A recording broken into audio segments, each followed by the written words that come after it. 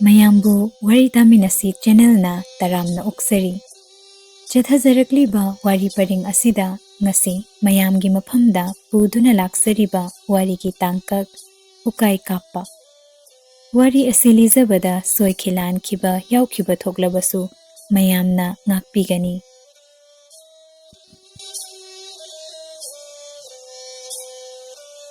Chahi khudingi mera thagi tarani panba numit asi kumza adugi kumchat laichat yengnaba apaphatta khangnanabagidamakta poirei maitai leibakna kwak tanai nongyai khuman leibakna haikru tel chainai kege moirang leibakta ukai kapnai asumna mapa mapu ningthaurelgi haktaktagi kaidana chatnarakliba leibak ningthaugi oiba harau kumhai asi kumsi kumzasu kege moirang leibakta ukai kapnaba sem sare ningthau khudingi mana palingaida kaplamba ukai adu manghandana thammi ukai kapa haibasi migi marep tamna akhannaba udagi semba upakni upak adu mina matungda chapyungna pairaga maduda telna tamduna kapi maraibak thirabadi ukai pairiba midu telna panduna sibasu yawi aduna chahi kudingi sajibu chairawa numita seithaba mi hapagum ukai paiba mi su hapnai ukai paiba midi ningthaugi lalup koknai ukai kaplingaida tuhanba yade karigumba turabadi pairiba midugi amangba oi tauhaide thajanai tudaba thoklaga ningthauna mana oina thumbol ahumpi lalup kokpi chahi khudingi ningthauna ukai kapada panba telkhul adu ukaida haktuna isinduna thamnai mamangi chahida pankhiba telkhul adudagi kumsigi telna mathak haigatna palabadi leibak ningthau chawkhatli telkhul haitharagana awa ana nangi hainabasi mamangaidagi hauna thajanaраklaba laigi khudam changyengni khamba nongbangi matamda ningthau amadi wangwa ningthau machil manauna ukai kapa chahi asida ukai paibinaba mi leitabadagi darina moi zambana ukai pai kumsi kumzagi ukai kapada angom nongbanga mabungoton khambaga jarei phidana hange khanduna thoibi makhut makna mangjaunana jarei phi ama sarami mana saba jarei phi du khambabu furit oina lit hange kege miyam mamangda lena hange khalladuna jingu thangjing laibu khurumlaga thoibi senu mapu manaina ayuk nungthil khaktana mayek suna haptuna lairong masing watana saba phi du loire handak mamomna mathwa yauna saba jarei phidu ubada mapa chingkhuna hatel haibana su pamlammi phi saba pumloi loiraga lauge khanduna mamomda mangjauna na wa kangthokide phidu hek saba loibaga thoibina chattuna khambada phidu piraga furit oina turaga ukai kapada litpiyu kege leibak mimangda ipagi panama kokni khangna lenabiyu haizaki Fazaraba phidu ubada khamba masu mapukning taduna harauzai. Mera thapan khalakpa ukai kapagi matam oisilaklabada nongma. Mapana thoibida mana saba jarei phidu ipa ukai kapada furit oina turaga litnage hairakle. Mapagi wadu tabada thoibi swai lawi. Ipa ibungo namomna sajaba jarei phi adudi panthauna pukning tabiramgani khangdabadagi kege kanagumba leita lairaba miyoida taret mamal lauduna pithokre khumlai mamomgi wadu tabada mapagi pai manungda chingnaba poktuna kege kari leikaida leiba moirang kanagi machano taret mamal piduna handokke hairakle mapagi wadu tabada thoibina panthauna pai makhoida gadaba hanadudagi hena phajaba phi ama ukai kapan nangnaba namomna sajage haizabadu mapabungna sauduna yakhide handak imomna saba jarei phidu yambung ningthau chawba nongthon thonglen angom khandrakpa miyoi mari asina set illabadi matik mapa chai ai karisu nungaitaba tawroi adu nattaduna kege moirang macha kanagumbana jarei phidu setpa inba urabadi yaibi mathwai lauge haina chingu thangjing panduna sari wasak pandol longki mapagi asauba wangang akanba sari wasak tu tabada thoibi mapukningda nungsa thiri nonganbaga manai senu puraga masabi maman macha khambagi nakta laktuna mana sajaba jarei phidu yamna cheksina kege kana khanghanda moirang kana uhandana charai phinungda furit oina turaga litpiyu charai phi adugidamakta aibu pokpa ipana ningol aibu waraure karigumba charai phidu ipana okhiba thoklabadi ibungotongi afaba oiroi haina masabida pukmen paumen narakle thoibigi wadu tabada khambagi mapukningdasu chingnaba pokle mazaibe manasaba charai phisi napabungna pamlabadi sethalu nungsibiraga chanbiraga aidi chamarak setpa inba yai hairei khambagi wadu tabada thoibina kari wano ibungoton kige mirak tinbada nongbanga charai phidanabada ningol ikhutna sajaba charai phi amatangbu furit oina lithanjage khanduna matam changna sajabani pakhangi pai manungda karisu chingna birugano chingmu thangjingna tamba lakani hairamlaga thoibiga senu mapu manaido tampak yum pangki chatna lambida mapu manaido charai phidugi maramda khanarei pamu makada pikhraba charai phibu panthau kibadagi karamna amuk laurugadagi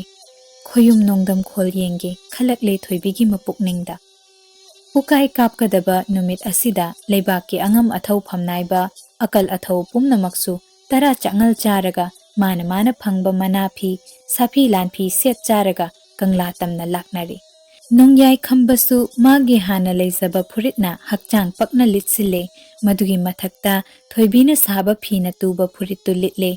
kau phangaida moirang ningthauna piba manaphina tuba furitna mathakta litsile machemna yengbada thoibina piba phina tuba furitna manungda litliba adu uba phangdre macemgi yathang lauraga khambasu kangla panglakle thanga karang chinggi chingthakta thakpa lang kairuraga kum phare haina ningthauda paudam lare ukai kapnaba angam athau mayamna thaugal tauraga pungsel yeiduna ningthau machil manau kanglagi samang tana lakle ukai kapa yengadabagi kege moirang leibaki miyamna phingau phobogum tilakle ningthaugi nakta panagi makok nongban atha kongyambana tel khungadabagi khuruk khuda kunduna laikre ningthauna makhutta lirung tel paiduna ukai tamna tel kaplaklabada nongbana telgi matung induna chenkhraga ukai da yungliba teldu satlaga chelaktuna ningthauda katli asumna tel ahumlak kaplamlaga ningthaudi mapugi sanglen yai pangki ningthauna chatkrabada wango ningthauna ukai kapkadabagi makhutta lirung pairaga jangsilaklabada panagi makok nongyai khambana tel khungadabagi khuruk khuda kunduna leire wango ningthauna ukai tamna tel kaplabada khambana telgi matung induna nungsitki mamang thana chenkhiduna telna ukaida panbaga tel satpaga manabadu ubada miyamna khambabu thagatnaki asatpa tel adu puraga chelaktuna wango ningthauda katli ani suba tel adudi ukaigi matonda palabada khambana chongkhattuna tel satluraga tarakpada makhutna lauduna mathak ithang thangna litliba furitki hairu tatle khambana tel puraga chelakpada nungsitna masada yeibada mathak thangna litliba hairu tatlaba furit adu haidoktuna phinungda litliba thoibina piba phina tuba furitki phizi ama wango ningthauna uthokre mana wasakhiba phiduna tuba furit adu khambana litpadu ubada manawi bungodo saubana luton kakhiduna lamza yaibi loge khallaboi tel puduna manak tana chelakliba khambatamna tel kapsilakle wango ningthauna kaplakpa telna mathabak tamna paisilakpadu ubada khambana makhutta pairiba telna teljin yeitharaga pambo makhada lithalle wango ningthauna amuk hanna mabu tamduna kaplakpa tel adusu teljil yeitharaga mapambo makhada lithalle ahumlak suba tel adu kaplakadabagi liri chinglakpaga khambana changsilaktuna mamangda leplaga tel pibada wango ningthaudu sauduna tel latnare mamai leithoktuna leire khambana piba tel laudre madu ubada miyamna ngaktuna kari matauno haina ngangnaduna ninnarakle ikai khangdagi khambasu wango ningthauna leithokpa maikaida changsinduna tel katlaklabada tawpham khangdaduna manai nongban yenglaga tayum nongban tel piyu hairakle nongbana chensilaktuna khambagi makhuttagi tel lauraga wango ningthauda pire khambadi ikaibana maru luktuna leire Thꯧdok adu ubada angam athau phamnaiba pumnamaktu ngaktuna leinakhi wadi kangthoknaba ngamnakhidi kumhai yenglamba thonglena sauduna phamdagi haugatlaklabada matau chawbana khamjeli nongbana piba teldu pairaga tayu machanba nangna aingonda tel pibasi ai pele ngasidagi nahakna aigi pana pambom oiragadabani aina poksaba imom langlen thoibi nongban nangonda thajarabani ngasigi mapalni suba numitta taujing haijing karaklo afaba numit tha yenglaga luhongnaba thauranglagi hairei nongbana piba tel aduna amuk kaplaba matungda chingkhu tel heibado manai nongban ga loinana tampak yum pangki chawa thonglen anidi ningthaugi sanglen yaida chattuna mapuda khurumlaga manawi bungona madairem khambada tel tamduna yaibi loge temsingnababu karamba mara leibage hangatlaklabada ningthauna aidi khangde hayeng kanglada hudok pirao leibak khangna khanasi takpiki chawbana mama khambada karigi manawi bungona nangonda tel tamlibano hanglaklabada taktaba yadaduna thoibina saba wasak phina tuba furit litlubagini khanghanki khambagi wadu tabada thonglen khakna noktuna pari ibungo pai manungda chingnarugano ipa leiri haina mapambom tingki wango ningthauna tampak yum hek yaubaga thoibigi mama tarama thoi kauthokduna ngasi tayum nongban atha kongyambada aina poksaba imom langlen thoibibu kege leibak mimangda thajaramle ngasidagi mapalni suba meragi tarani palni panba numitta taujing haijing karakani chamana khujang oiraga imomgi awong awon tamnaba namana khoina apamba awon pot langjaro hairakpa mapabungi wadu thoibi senu anina thongjil marumda tarami nongalaga thoibina mapal ningthaugi nakta chattuna ipal ibungo kaw phangaida namombu nongyai mangonda thajakhibado ngasidagi nipalni suba numitta taujing haijing kanaba ipal ibungona yathang pibiro afaba numit tha yenglaga namombu luhongbiro puman magaida chacharage nongyai lada tajarurage haijarakle thoibigi wadu tabada ningthauna imom ibema napabungna ngarang imom nangbu angom nongbanda thajakre pau tare ipalsu handak napabungi thodok asi ipaldi pende kege leibak mimangda ikaibana tangjamaisi puba ngamoidori aina poksaba imom nattabana langlen nahakpu ipalna thaja yonjaba ining ikha tamba ngamdre kaw phangaida nongyai mangonda ipalna thajarubasu napabungi yaka matung innani hairakli mapal ningthaugi wadu taraga thoibina namom aisu ipal ningthau amadi panthaugi yathang ngakna khuman lada tajaruge khanduna chingu thangjingbu palepna jakhrabani handak amuk ningol pokpa panthauna angom nongbanda thajabi basi namomdi yajaningde imang ani suba ngamjaroi khumlai mamom langlen thoibigi arepa mapukningi wadu tabada ningthausu pai makhaina penki imomna pai mapukning leplabadi ngasidagi nipalni suba mera thagi tarani palni panba nongbana hejing kagadaba numit asimaktada khambagisu taujing hejing karaknaba namhan singa tanarro ayuktana nongbangi hejing karasan nungthindana khambagi hejing kajaro takpiba mapal ningthaugi yathangbu phanglabada thoibi mathwai nungaina mamhan singi manakta changduna khambagi taujing hejing punaba watanaba haurakli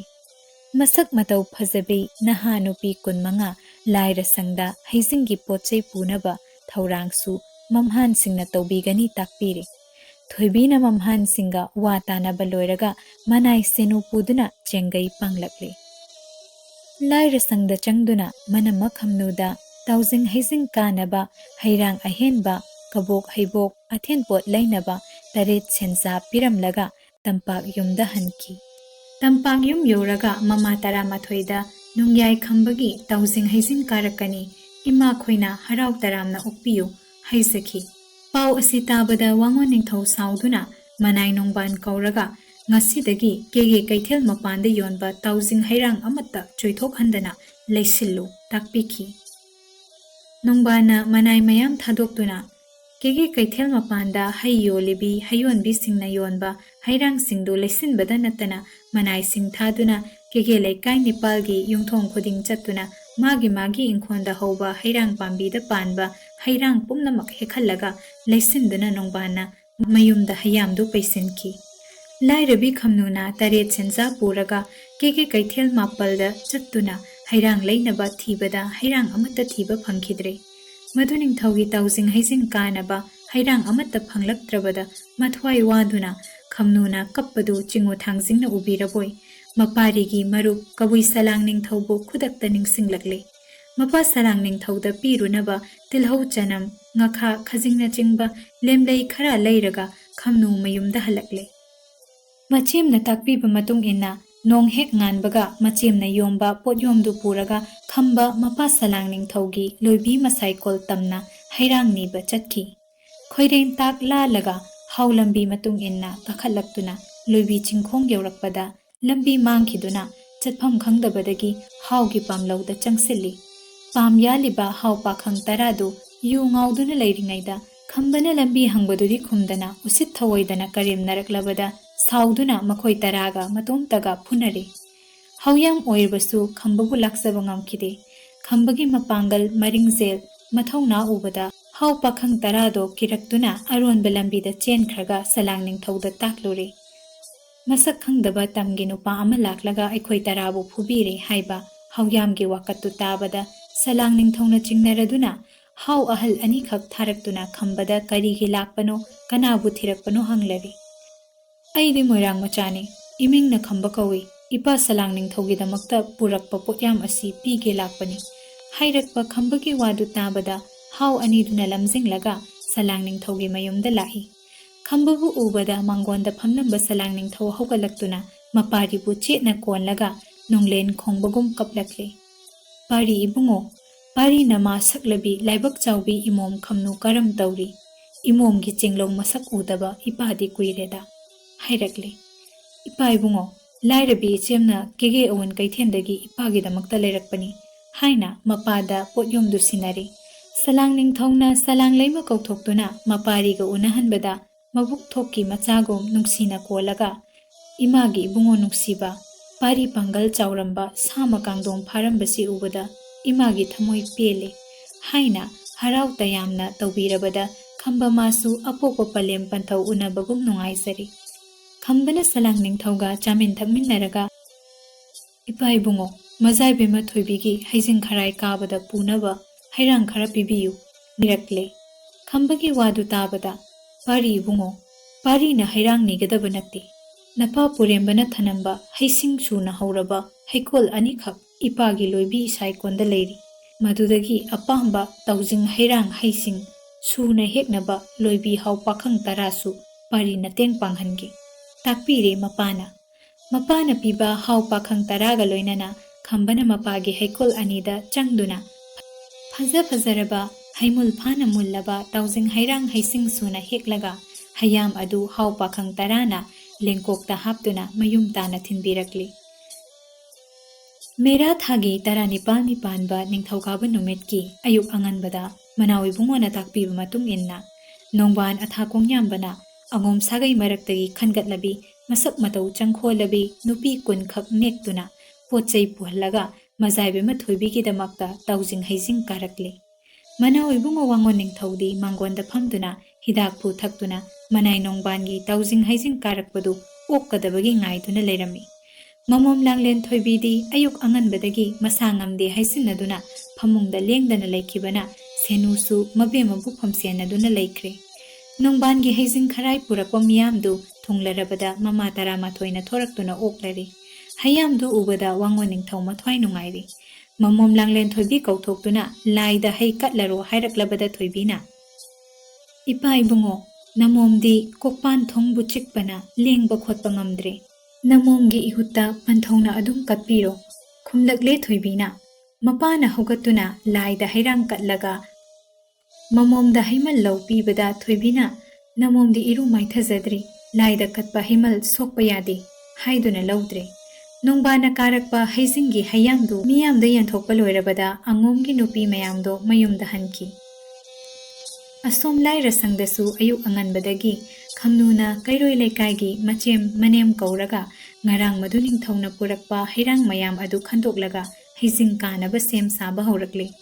ꯑꯌꯨꯛꯀꯤ ꯃꯇꯝ ꯍꯧꯈꯤꯗꯨꯅ ꯅꯨꯡꯊꯤꯜꯒꯤ ꯃꯇꯝ ꯑꯣꯏꯔꯛꯂꯕꯗ ꯊꯣꯏꯕꯤꯅ ꯊꯥꯔꯛꯄ ꯅꯨꯄꯤ ꯲꯵ꯅꯦ ꯈꯝꯅꯨꯅ ꯅꯦꯛꯆꯕ ꯃꯃꯥ ꯃꯟꯗꯣꯟ ꯈꯔꯒ ꯂꯣꯏꯅꯅ ꯇꯝꯄꯥꯛ ꯌꯨꯝꯗ ꯇꯥꯎꯖꯤꯡ ꯍꯩꯖꯤꯡ ꯀꯥꯔꯛꯂꯤ꯫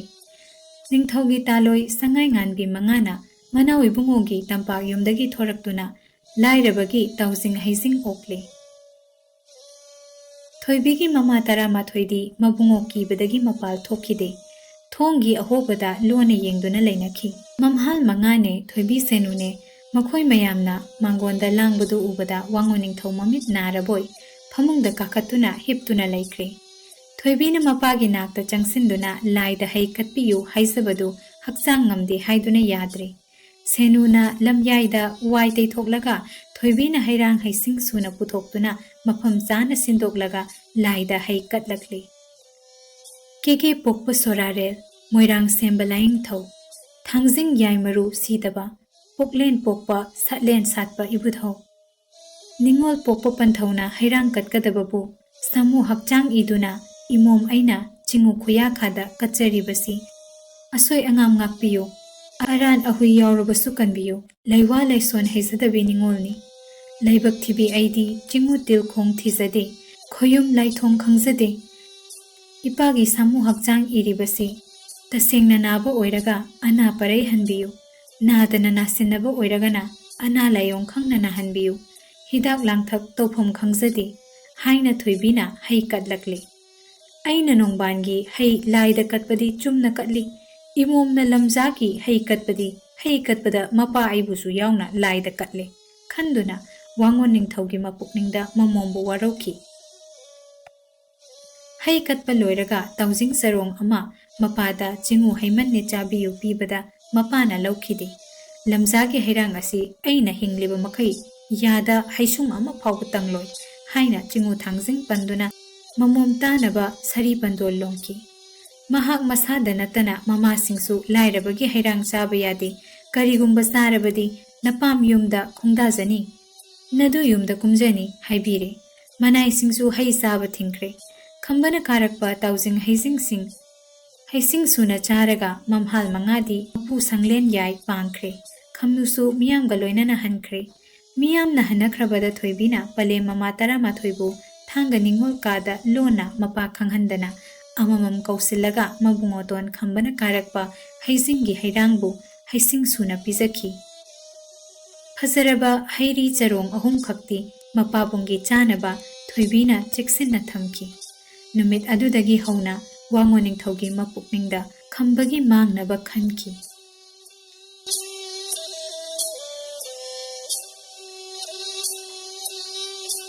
ꯋꯥꯔꯤ ꯑꯁꯤꯒꯤ ꯃꯈꯥ ꯇꯥꯕ ꯁꯔꯨꯛ ꯃꯊꯪꯒꯤ ꯚꯤꯗꯤꯑꯣꯗ ꯁꯣꯏꯗꯅ ꯃꯌꯥꯝꯒꯤꯗꯃꯛ ꯄꯨꯗꯨꯅ ꯂꯥꯛꯆꯒꯦ꯫